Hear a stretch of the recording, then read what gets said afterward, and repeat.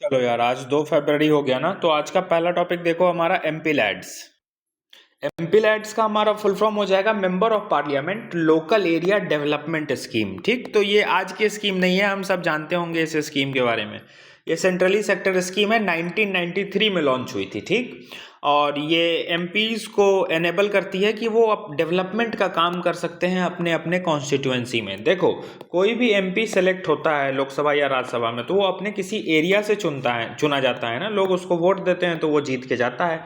अब ये जो इसका एरिया है, ये इसका कॉन्स्टिट्यूएंसी कहलाता है। तो एमपी लैड स्कीम से एमपी को ये पावर मिलती है कि वो अपने इस कॉन्स्टिट्यूएंसी को, जहाँ से वो जीत कर आया है, इसको डेवलप कर सकता है। और डेवलपमेंट में क्या कर सकता है, उसको ड्यूरेबल कम्युनिटी एसेट्स बनाना होगा। कम्युनिटी का जो एसेट्स हो, और वो भी ड्यूरेबल, जो लंबा चले, जैसे road, park, bus stand, water system, ऐसा ड्यूरेबल कम्युनिटी एसेट्स बनवाना होगा। पूरे कम्युनिटी का, कॉन्स्टिट्यूएंसी का डेवलपमेंट करना होगा। ठीक, अब देखो, कोई अगर एमपी है तो वो अपने स्टेट के किसी भी डिस्ट्रिक्ट में कर सकता है। जैसे कि मान लो एमपी है यूपी का, तो ये यूपी के किसी भी डिस्ट्रिक्ट में जाकर ये डेवलपमेंट कर सकता है। ठीक, और मान लो कोई नॉमिनेटेड एमपी है।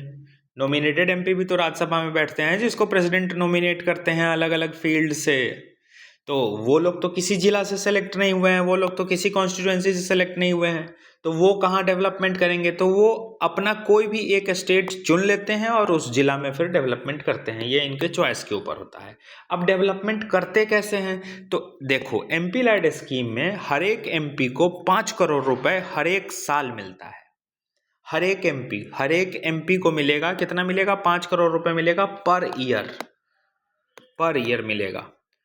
और ये कब से मिल रहा है, 2011-12 से 5 करोड़ मिल रहा है। ठीक, और इसी 5 करोड़ से आपको डेवलपमेंट प्रोजेक्ट करके कम्युनिटी एसेट्स बनाने हैं, ड्यूरेबल कम्युनिटी एसेट्स बनाने हैं। यही एमपी लैड्स स्कीम है कि मेंबर ऑफ पार्लियामेंट जो है वो लोकल एरिया का, अपने कॉन्स्टिट्यूएंसी का डेवलपमेंट कर रहा है।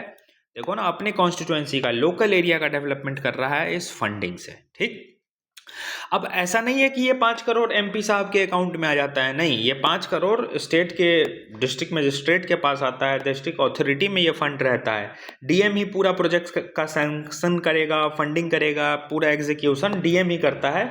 एमपी लैड्स मतलब जो भी उसके एमपी होंगे वो बस बताएंगे कि ये डेवलपमेंट काम करना है, बाकी सारा उसका एग्जीक्यूशन डीएम ही करेगा। ठीक, तो ऐसा नहीं है कि ये 5 करोड़ मंत्री जी के, ये सॉरी एमपी के घर में आ जाते हैं, नहीं, वो डिस्ट्रिक्ट में फंड रहता है। लेकिन फिर भी करप्शन होता है। कैसे, अभी तुमको हम आगे बताएंगे। और ये जो 5 करोड़ की फंडिंग मिलती है ना, ये नॉन लैप्सेबल है, मतलब खत्म नहीं होगी। मानकर चलो 5 करोड़ एक साल के लिए मिला, अब हम इस साल 5 करोड़ का इस्तेमाल पूरा नहीं कर पाए, 3 ही करोड़ कर पाए, तो क्या ये 2 करोड़ खत्म हो जाएगा? नहीं, ये 2 करोड़ आपके अगले साल के लिए ऐड हो जाएगा, कैरी फॉरवर्ड हो जाता है। ठीक, नॉन लैप्सेबल है। और एक और चीज़ है, एमपीज़ के लिए ये कंडीशन है कि उनको हर हाल में 15% और 7.5% इस 5 करोड़ का जो फंड है उसके शेयर का एससी और एसटी के लिए डेवलपमेंट में लगाना होगा। मतलब एससी और एसटी एरिया में आपको ड्यूरेबल कम्युनिटी एसेट का डेवलपमेंट करना है। एटलीस्ट 5 करोड़ में से कितना, 15% और 7.5%, ये ध्यान रखना। ठीक, अब ये तो पूरा फैक्ट हो गया प्रीलिम्स के लिए कि एमपी लैड है क्या। अब लेकिन एमपी लैड से ना मेंस का भी डायमेंशन बनेगा। एमपी लैड का फायदा क्या है, तो फायदा तो ये है, लोकलाइज डेवलपमेंट होता है। कैसे, एमपी का जो कॉन्स्टिट्यूएंसी है बिल्कुल लोकल एरिया में डेवलपमेंट हो रहा है। फ्लेक्सिबिलिटी रहती है। कैसे फ्लेक्सिबिलिटी रहती है, कि ड्यूरेबल कम्युनिटी एसेट्स बनाना है। उस कॉन्स्टिट्यूएंसी की जो भी नीड है, सपोज पानी की दिक्कत है, रोड की दिक्कत है, बस स्टैंड नहीं है, या फिर स्कूल नहीं है, या फिर हॉस्पिटल नहीं है, तो कम्युनिटी एसेट बना लो। नीड हो सकती है ना, मान लो एक कॉन्स्टिट्यूएंसी की नीड है कि हॉस्पिटल चाहिए, एक कॉन्स्टिट्यूएंसी की नीड है कि स्कूल चाहिए, एक अलग कॉन्स्टिट्यूएंसी की नीड है कि पानी चाहिए। सबकी एक नीड तो हो नहीं सकती है, तो यहाँ फ्लेक्सिबिलिटी हो जाता है। ठीक, कि एज पर नीड डेवलपमेंट किया जा सकता है, जो ज़रूरत है वो डेवलपमेंट किया जा सकता है। और ये बड़े लेवल पे, जैसे कि मान लो सेंटर वाटर को लेकर एक स्कीम लाई है। ठीक, पानी को लेकर कि पानी सबको अच्छा फ्री में पानी मिलेगा, बिस्लेरी का एक एक बोतल, तो ये तो पूरे इंडिया में लागू कर दी। अब इंडिया के बहुत सारे स्टेट्स ऐसे हैं जहाँ ग्राउंड वाटर ठीक ठाक, बिहार के अभी जो रिमोट एरियाज हैं वहाँ ग्राउंड वाटर आ रहा है, तो उनको तो पानी बेसिक मिल रहा है, उनको फ्री पानी की ज़रूरत नहीं थी। बिहार में हॉस्पिटल और एजुकेशन की ज़रूरत थी, लेकिन पूरे इंडिया में हमने पानी पहुंचा दिया सेंटर के स्कीम से। तो ये नीड फुलफिल तो नहीं हुई, बिहार में अभी उतनी पानी की समस्या नहीं है एफेबिलिटी की जितनी एजुकेशन और हेल्थ की है। तो बिहार को एजुकेशन और हेल्थ की ज़रूरत थी, और मान लो ये यूपी और एमपी है तो इसको वाटर की ज़रूरत थी। अलग अलग सबकी नीड थी, तो ये हो नहीं पाता है। लेकिन एमपी लैड से हम एज पर नीड, हमारी कॉन्स्टिट्यूएंसी की जो नीड है उसका डेवलपमेंट कर सकते हैं। ठीक, फंड का बाकी नेचर नॉन लैप्सेबल है, ये भी एक बेनिफिट है। मार्जिनलाइज्ड सेक्शन का डेवलपमेंट हो रहा है, देखो ना 15% और 7.5% एससी और एसटी के लिए करना है, तो ये मार्जिनलाइज्ड का भी डेवलपमेंट हो रहा है। फंड नॉन लैप्सेबल है, और जो काम होगा वो लोगों के विल के हिसाब से होगा, मतलब लोग जो चाहते हैं वो काम होगा। डिसेंट्रलाइज्ड अप्रोच रहेगा, जैसे कि इस कॉन्स्टिट्यूएंसी में क्या करवाना है यहाँ के लोग ही तो बताएंगे अपने एमपी को, एमपी फिर वो काम करवाएगा एमपी लैड से। तो ये इसके फायदे हैं। लेकिन नुकसान क्या है? नुकसान इसके क्रिटिसिज्म देखो, मिसयूज बहुत होता है इस फंड का, कोई अकाउंटेबिलिटी नहीं है। और कभी कभी तो ऐसा होता है कि नॉन डेवलपमेंट स्पेंडिंग हो जा रहा है। मतलब देखो, एमपी लैड्स का गोल क्या है कि आपको ड्यूरेबल कम्युनिटी एसेट्स बनाने हैं, लेकिन हमने कोई एसेट्स बनाया ही नहीं, कोई रोड नहीं बनाया, कोई डेवलपमेंट नहीं किया, 2-2.5 करोड़ ऐसे खर्च हो गया, कहाँ खर्च हुआ पता नहीं। तो नॉन डेवलपमेंट स्पेंडिंग हो जाती है, जबकि ये फंड 5 करोड़ का डेवलपमेंट करने के लिए मिला है। करप्शन बहुत ज़्यादा है। करप्शन कैसे है? यहीं पे नेक्सस होता है पॉलिटिकल पार्टी और एडमिनिस्ट्रेशन का। देखो, फंड आ किसके नाम से रहा है? एमपी के नाम से। काम करवाएगा कौन? एमपी लैड्स में कौन बनवाएगा एसेट्स? तो एमपी ऑर्डर दे के बनवाएगा। फंडिंग किसके पास आएगी? पूरा इस एमपी जो ऑर्डर दिया, इस पूरे प्रोजेक्ट का मैनेजमेंट कौन करेगा? डीएम। तो ये लोग हो जाते हैं भाई भाई में से 5 करोड़ का ये फंड है, भाई हो गए, भाई में से 3 करोड़ का फंड बट गया, ऐसे बाकी 2 करोड़ से कुछ थोड़ा बहुत डेवलपमेंट कर दो। ये समझ में आया? 1.5 इधर, 1.5 इधर, कितना हो गया? 3 हो गया, और 2 यहाँ है, और 5 ही तो मिलना है। समझ में आया? देखो, मिलना कितना है? 5। और करप्शन कैसे होता है? देखो, मिलना कितना है? 5 करोड़ हर एक साल। करप्शन कैसे होगा? मिलना किसको है? एमपी को मिलेगा। काम करवाएगा कौन? एमपी करवाएगा। क्या काम करना है कौन डिसाइड करेगा? एमपी करेगा। लेकिन करेगा काम कौन? पूरा एग्जीक्यूशन कौन करेगा? डीएम करेगा। फंडिंग कौन करेगा? डीएम करेगा। प्रोजेक्ट का सैंक्शन कौन करेगा? डीएम करेगा। पूरा प्रोजेक्ट का मॉनिटरिंग और एग्जीक्यूशन कौन करेगा? डीएम करेगा। तो देखो, ऐसे हो गए। और यहाँ पे डेवलपमेंट करना है। अब फंडिंग कितनी आई? 5 करोड़ हर एक साल के लिए।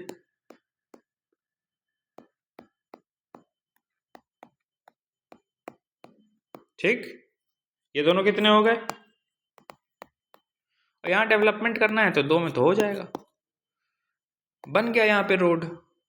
100 रुपये किलो वाला सीमेंट लगाना था, 30 रुपये किलो वाला सीमेंट लग गया, रोड बन गया। 6 महीने में रोड फिर खराब भी हो गया। समझ में आ गया? कुछ बोलने की ज़रूरत नहीं है, ऐसे तुमको हम दिखा दिए हैं, मतलब। ठीक, तो ये यहाँ लिखा है, ये क्रिटिसिज्म वाला पॉइंट यहाँ लिखा है, तो तुम ये मत लिखना, बस ये लिखना, ये तुमको हम समझाने के लिए लिखे हैं। ठीक, ये लिख भी सकते हो, कोई दिक्कत नहीं है, बस इतना बॉक्स बना के समझाना मत। ठीक, तो ये सब इसके क्रिटिसिज्म है। ट्रांसपेरेंसी की कमी है, ब्यूरोक्रेटिक डिलेज जो आते हैं इंडिया में, तो वो है ही। अब इसका वे फॉरवर्ड क्या दोगे? तो 4 मेजर वे फॉरवर्ड जो हैं, जो हम बता सकते हैं। बाकी तुम वे फॉरवर्ड और भी बना सकते हो, इन सब का उल्टा करो, वे फॉरवर्ड बनेगा। लेकिन जो ये वैल्यू वाले होते हैं ना, जो एक्स्ट्रा थोड़ा सा अट्रैक्ट करते हैं वे फॉरवर्ड में, वो देखो।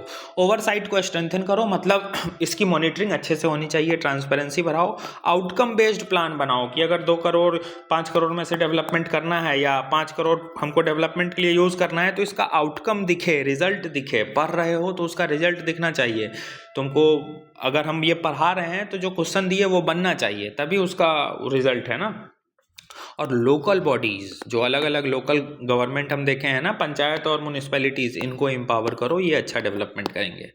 ये हो गया एमपी लैड्स प्रीलिम्स के लिए, इसका फ़ायदा नुकसान सॉल्यूशन। ठीक, अब डीप टेक स्टार्टअप देखो स्टार्टअप इस बार बजट और इकोनॉमिक सर्वे में खूब चर्चा में रहा है। डीप टेक स्टार्टअप को भी प्रमोट करना है, ये भी बजट में लिखा है। तो डीप टेक स्टार्टअप होता क्या है, ये अभी तक नहीं पता था, लेकिन सेंट्रल गवर्नमेंट ने ऑफिशियली अभी डेफिनेशन दे दी है डीप टेक स्टार्टअप की। किसके अंडर डेफिनेशन दी है? स्टार्टअप इंडिया मिशन के अंदर डिफाइन कर दिया है कि डीप टेक स्टार्टअप होगा क्या। अब देखो, स्टार्टअप इंडिया मिशन इंडिया में 2016 में लाया था, और ये department of promotion of industry and trade वाली जो मिनिस्ट्री है इसके अंडर ये आती है, और इसका काम क्या है कि इंडिया में स्टार्टअप इकोसिस्टम, इनोवेशन, रिसर्च को प्रमोट करना है ताकि हम विकसित भारत बने। अब इसी स्टार्टअप इंडिया मिशन के अंडर सेंटर ने डीप टेक स्टार्टअप की डेफिनेशन दे दी है। तो डीप टेक स्टार्टअप क्या होगा, नया डेफिनेशन सेंटर ने क्या दी है वो देखो। तो वैसा स्टार्टअप जो साइंटिफिक सॉल्यूशन डेवलप कर रहा है किसी भी प्रॉब्लम का, मान लो ये एक प्रॉब्लम है, इसके लिए साइंटिफिक और इंजीनियरिंग बेस्ड सॉल्यूशन डेवलप हो रहा है, खूब रिसर्च एंड डेवलपमेंट हो रहा है। हम जैसे बात करते हैं ना कि इंडिया में स्किल ट्रेनिंग को कैसे इन्हांस करेंगे, इंडिया में कैसे हम अलग अलग एजुकेशन सिस्टम को रिफॉर्म कर सकते हैं, तो इसके लिए रिसर्च एंड डेवलपमेंट होता है ना। तो एक ऐसा फॉर्म जो बिल्कुल साइंटिफिक होकर डीप रिसर्च एंड डेवलपमेंट कर रहा है, लंबा लंबा पीरियड्स के लिए रिसर्च कर रहा है, प्रोग्राम कर रहा है, उनको हम कहते हैं डीप टेक स्टार्टअप। आसान भाषा में, हिंदी भाषा में बताए तुमको, डीप टेक स्टार्टअप क्या होते हैं? साइंटिस्ट्स, इंजीनियर्स जो एक एक केमिकल को लेके 5-5 साल बैठ के रिसर्च करते हैं, इन्हीं को डीप टेक स्टार्टअप कहते हैं। अब केमिकल हम थोड़ा बहुत रॉ और बहुत लेमैन लैंग्वेज में बोल दिए, तुम समझ जाओ कि डीप टेक स्टार्टअप क्या होगा। एआई में खूब डीप गहराई तक रिसर्च करके इंडिया के लिए एक इंडिजीनियस एआई मॉडल बना देना, ये डीप टेक स्टार्टअप है। ठीक, तो डीप टेक स्टार्टअप की डेफिनेशन सेंटर ने क्या दी है कि डीप टेक स्टार्टअप भी एक फर्म होगा, नॉर्मल जैसे फर्म्स होते हैं नॉर्मल स्टार्टअप, वो भी डीप टेक स्टार्टअप एक नॉर्मल फर्म होगा, लेकिन ये कर क्या रहा होगा, ये साइंटिफिक सॉल्यूशन ढूंढ रहा होगा। इसकी रिसर्च एंड डेवलपमेंट की जो इंटेंसिटी होगी वो बहुत हाई होगी, और इनका जो गेस्टेशन पीरियड होगा वो बहुत हाई होगा। गेस्टेशन पीरियड मतलब लंबा होगा, मतलब लंबे लंबे प्रोजेक्ट्स को ये करेगा, मतलब एक प्रोजेक्ट पे अगर ये काम कर रहा है ना, तो इस प्रोजेक्ट को थोड़ा सा लंबा 5 साल 6 साल के लिए पूरा होलिस्टिकली तैयार करके लॉन्च करेगा। तो लंबा प्रोजेक्ट लाएगा क्योंकि रिसर्च में टाइम थोड़ा लगेगा। तो ये डीप टेक स्टार्टअप के बेसिक डेफिनेशन सेंटर ने दिया है। और फिर क्या बोला है, ऐसा जो भी स्टार्टअप होगा, ये ऐसा वाला देखो, ऐसा वाला जो भी स्टार्टअप होगा उनको हम स्टार्टअप का स्टेटस रिटेन कर देंगे कितने टाइम के लिए, 20 सालों के लिए, और उनका टर्नओवर 300 करोड़ की लिमिट होनी चाहिए। मतलब ऐसा कोई भी स्टार्टअप जो कि ये सब फोकस कर रहा है, हाई रिसर्च एंड डेवलपमेंट कर रहा है, साइंटिफिक सॉल्यूशन ढूंढ रहा है, उसको स्टार्टअप का जो टाइटल है ना, वो 20 सालों तक उनका स्टेटस बना रहेगा और उनकी टर्नओवर लिमिट 300 करोड़ तक की होगी। ऐसा डेफिनेशन दे दिया है, उनको हम क्या कहेंगे, डीप टेक स्टार्टअप कहेंगे। ये डेफिनेशन और 300 करोड़ की लिमिट ध्यान रखना, पूछ सकता है सवाल प्रीलिम्स में कि अभी रिसेंटली डीप टेक स्टार्टअप को बजट में भी प्रायोरिटी दी गई है और सेंट्रल गवर्नमेंट ने डिफाइन किया है, तो क्या है डीप टेक स्टार्टअप, तो ये है डीप टेक स्टार्टअप। और उनको क्या हम करेंगे, 20 साल तक उनके स्टेटस को रिटेन करेंगे, मतलब बना के रखेंगे, और 300 करोड़ का उनका टर्न ओवर लिमिट होना चाहिए। ठीक, अब डीप टेक का इस्तेमाल देख लो कहाँ कहाँ होगा। तो डीप टेक का अलग अलग जगह, ऑलमोस्ट सारे सेक्टर में इस्तेमाल हो सकता है, क्योंकि रिसर्च एंड डेवलपमेंट करने की ज़रूरत हर जगह है। Health care, agriculture, defence, manufacturing, energy, AI, हर एक जगह जितना तुम सोच सको, स्पेस, हर एक जगह। तो ये हमारा पूरा डीप टेक स्टार्टअप था। तीसरा न्यूज़ देखो, न्यू सीरीज ऑफ जीडीपी। देखो हम जीडीपी जब करते हैं, पढ़ते हैं, तो हम देखते हैं ना एक चीज़, बेस ईयर, कि जब हम नॉमिनल जीडीपी निकालते हैं वो तो करंट मार्केट प्राइस पे निकाल देते हैं, लेकिन जब रियल जीडीपी निकालते हैं तो बेस ईयर पे देखते हैं। और तुमको हम कराए थे कि बेस ईयर हमारा 2011-12 है, लेकिन अभी कुछ चेंजेस हुए हैं, नया आया है जीडीपी का सीरीज, रूल चेंज हो गया। कौन रिलीज किया है, मॉस्पी मिनिस्ट्री ने, ministry of statistics and programme implementation. क्या पहला चेंज तो यही किया है जीडीपी के सीरीज में कि बेस ईयर बदल दिया गया। पहले 2011, मतलब अभी तक हम 2011-12 का बेस ईयर यूज करते थे, सोचो कितना पुराना बेस ईयर था, लेकिन हमने इसको अपडेट कर दिया है, 2022-23 ले लिया है। अब 2022-23 ही क्यों लिया है, क्योंकि कोविड-19 के बाद ये स्टेबल ईयर था हमारा, जहां इकोनॉमिक कंडीशन स्टेबल थी, ये सस्टेनेबल ईयर था, हमने इसीलिए 2022-23 को ले लिया है। ठीक, और क्या क्या चेंज किया है, तो हमने नया डाटा सोर्सेस को ऐड कर लिया है जीडीपी के कैलकुलेशन में, जैसे कि जीएसटी का डाटा अब हम देखते हैं, पीएफएमएस का डाटा हम देखते हैं। ठीक है, public finance management system, confuse मत होना, ये डीप करने की जरूरत नहीं है। देखो अब देखो, जैसे 2011 का बेस ईयर था, तो इस टाइम पे टेक्नोलॉजीज की कमी थी, हमारे पास डाटा सोर्सेज की कमी थी, इस टाइम पे तो जीएसटी भी नहीं आया था। तो अब ये जो 2022-23 10 साल हम आगे आ गए हैं अपने बेस ईयर में, इसमें हमारे पास अलग अलग डाटा के सोर्सेस आ गए हैं, जीएसटी का पूरा होलिस्टिक मैकेनिज्म आ गया है, तो हमने इन सब डाटा सोर्सेस को भी ऐड कर दिया है जीडीपी कैलकुलेशन में, ताकि हमारा जीडीपी जो निकले वो बिल्कुल स्टेबल निकले।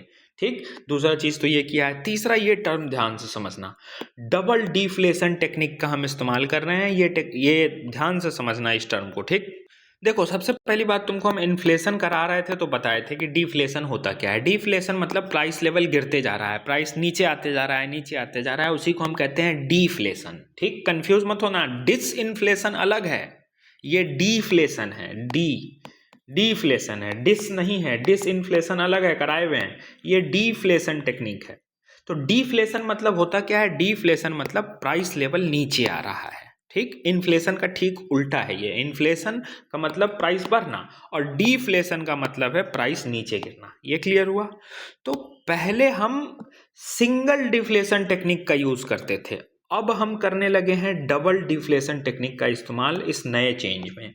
अब डबल डिफ्लेशन टेक्निक होता क्या है, तो डबल डिफ्लेशन टेक्निक होता यह है ना कि किसी भी प्रोडक्ट में, ठीक, इस देखो जैसे कि एक हमको पेन बनाना है, ठीक, तो इस पेन के लिए हमको एक एंटरप्रेनर चाहिए होगा जो इनपुट डालेगा, इनपुट कॉस्ट डालेगा। मान लो 10 रुपये का इन्वेस्टमेंट किया इसने, अब इस 10 रुपये से लेबर्स आए फैक्ट्री में पेन बना और अब इस पेन की कीमत हो गई है 15 रुपये। अब इस पेन में 15 रुपये में ये पेन बिक रहा है, तो इनपुट कितना डाला, 10 रुपये, आउटपुट कितना आया, 15 रुपये। तो इनपुट और आउटपुट क्लियर हो गया। तो डबल डिफ्लेशन टेक्निक में हम इन्फ्लेशन को इनपुट साइड से भी एडजस्ट करते हैं और आउटपुट साइड से भी एडजस्ट करते हैं। हम जब इन्फ्लेशन तुमको हम जब जीडीपी कैलकुलेशन तुमको कराए थे तो बताए थे ना कि जब बेस ईयर पे जीडीपी निकालते हैं तो वो रियल जीडीपी आता है और नॉमिनल जीडीपी में हम करंट मार्केट प्राइस पर निकाल देते हैं, उसमें इन्फ्लेशन एडजस्टेड नहीं किया जाता है। तो नया जो जीडीपी का सीरीज आया है ना, इसमें हम डबल डिफ्लेशन टेक्निक यूज करेंगे। मतलब इनपुट साइड, मतलब जो प्रोडक्ट डालने में इनपुट हम लगा रहे हैं 10 रुपये, तो मेरे लिए भी तो महंगाई। अगर हमको मान लो आज आईफोन की फैक्ट्री सेटअप करनी है तो हम इनपुट कॉस्ट डालेंगे आईफोन की फैक्ट्री सेट करने के लिए, तो मुझे भी तो आज इन्फ्लेशन फेस करना पड़ेगा कि सीमेंट का दाम महंगा हो गया है, लेबर्स की सैलरी बढ़ गई है, तो मुझे भी तो महंगाई लग रही है ना। अब हम इन महंगाई का सामना करके प्रोडक्ट बना लिए, आईफोन तैयार है, आधा कटा सेब ये तैयार है। ठीक, अब ये आधा कटा सेब तैयार है, ये 1 लाख में बिक रहा है, लेकिन 1 लाख में बिक रहा है अभी, लेकिन जब हम इनपुट डाले थे तो हो सकता है 70,000 ही डाले थे पूरा डेवलपमेंट के लिए। तो इनपुट 70,000 का लगा, 1 लाख का आउटपुट जनरेट हो गया, प्रोडक्ट बन गया। ठीक, तो ऐसा थोड़ी है कि 70,000 हम लगाए तो हमको, जब हम 70,000 लगाए थे उस समय मेरे सामने महंगाई नहीं थी। नहीं, उस समय भी मेरे सामने भी महंगाई थी। जब सपोज करो अभी हम 70,000 लेके जाए आईफोन की फैक्ट्री डालने, महंगाई फेस तो करनी पड़ेगी। अब वो आईफोन बन गया, 1 लाख का प्रोडक्ट रेडी है, तुम आओगे खरीदने, तुम्हारे लिए भी महंगाई होगी। तो डबल डिफ्लेशन टेक्निक में हम जो इनपुट लगा रहे हैं उस पर भी इन्फ्लेशन को एडजस्ट करके डिस्काउंट कर देते हैं, और जो आउटपुट जनरेट हो रहा है उस पर भी इन्फ्लेशन को एडजस्ट करके अलग से हम डिस्काउंट कर देते हैं। मतलब दोनों साइड से, इनपुट के साइड से भी अलग इन्फ्लेशन को एडजस्ट करेंगे और आउटपुट के साइड से भी अलग इन्फ्लेशन को एडजस्ट करेंगे। ठीक, तब हमारा वो जीडीपी एग्जैक्ट रियल जीडीपी आएगा। लेकिन पहले हम क्या करते थे, पहले हम सिर्फ सिंगल डिफ्लेशन टेक्निक का इस्तेमाल करते थे। सिंगल डिफ्लेशन टेक्निक मतलब एक फॉर्मूला ले लिया, इस पे भी सेम अप्लाई कर दिया, इस पे भी सेम अप्लाई कर लिया। जैसे कि एक मैकेनिज्म लिया, एक हमने ले लिया, मान लो कोई एक ईयर ले लिया कि इस ईयर से हम माइनस कर देंगे, जैसे कि उस टाइम का बेस ईयर था हमारा 2011, अभी चेंज होके 22-23 हो गया है।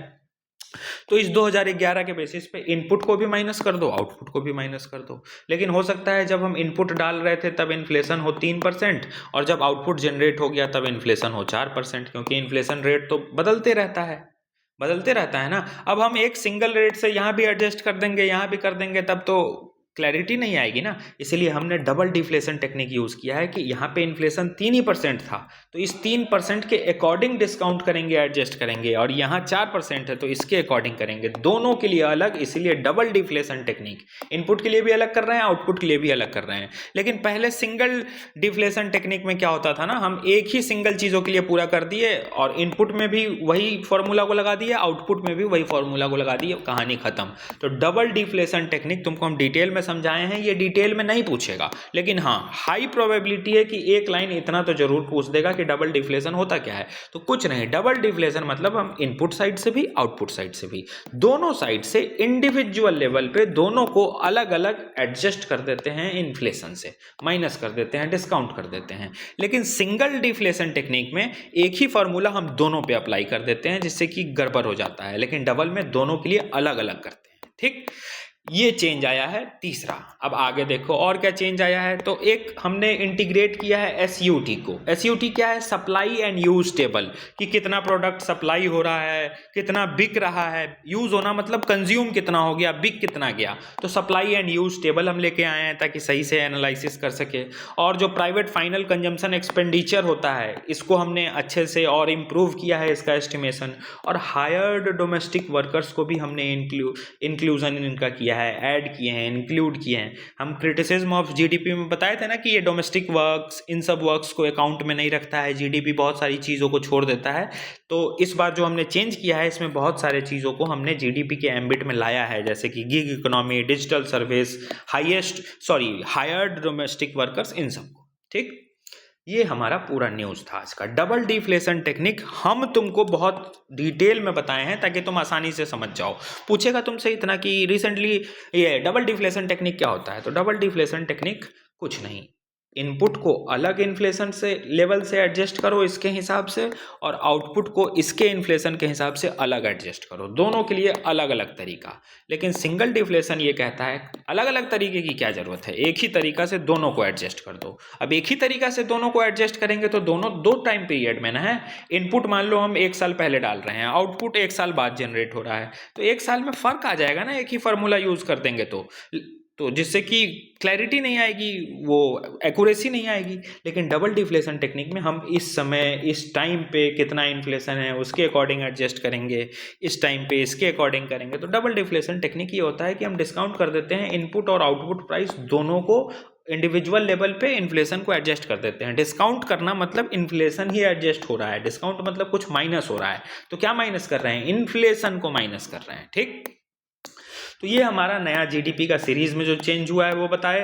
डीप टेक को जो सेंटर ने डिफाइन किया है वो बताए, एमपी लैड्स न्यूज़ में था वो बताए, पुरानी न्यूज़ है, पहला तो रिपीटेड था। अब एक चीज़ तुम कहोगे कि ईरान, इजराइल, इंडिया इतना हो रहा है, यूएसए इतना हो रहा है, हम कराए नहीं। बहुत भरोसे के साथ बोल रहे हैं, 2024-25 में ये टॉपिक कराए हैं। अभी दिसंबर 17 या 18 दिसंबर का वीडियो डला है यूट्यूब पे, तुम देख लो, वो भी कराए हैं। जनवरी में ईरान कराए हैं, इंडिया ईरान कराए हैं। तो अभी तक ऐसी कोई बात नहीं है न्यूज़ में जो हम तुमको ना कराए हो इंडिया ईरान से रिलेटेड। इवन अभी तक जितनी बात आई है उससे ज़्यादा तुमको हम करा चुके हैं इंडिया ईरान पे। ठीक, और 2025 में पूरे वेस्ट एशिया से क्वेश्चन भी पूछ चुका है। तुमको हम एक बार रिकैप करा देते हैं।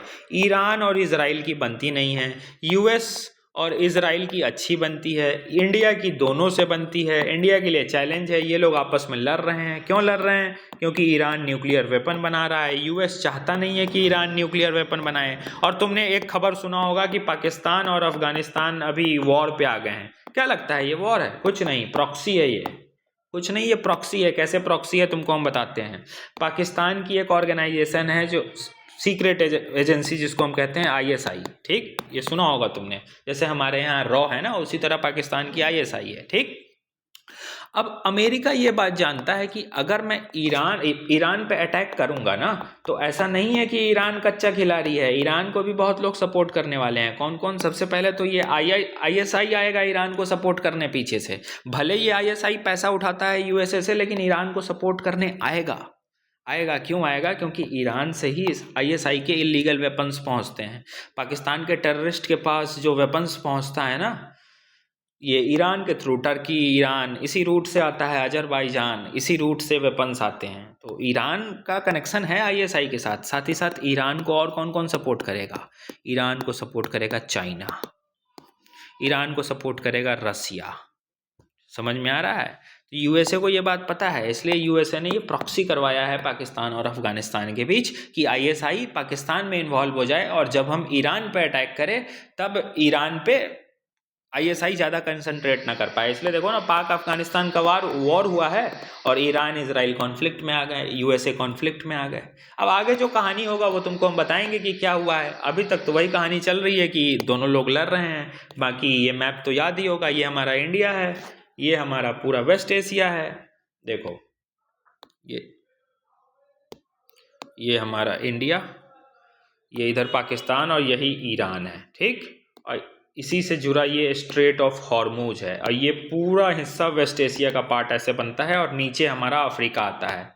यहाँ पे इजराइल है, इधर मेडिटेरियन सी, स्विस कैनाल, हर एक डायमेंशन तुमको हम इसका करा चुके हैं विथ मैप के साथ करा चुके हैं। छोड़ो यार, 2 महीने से मुझसे जुड़े हो तो तुम देखना ईरान पे कितनी बार आंसर राइटिंग की हो, इसी टॉपिक पे, ईरान, इजराइल, USA, इंडिया, कितनी बार आंसर राइटिंग की हो।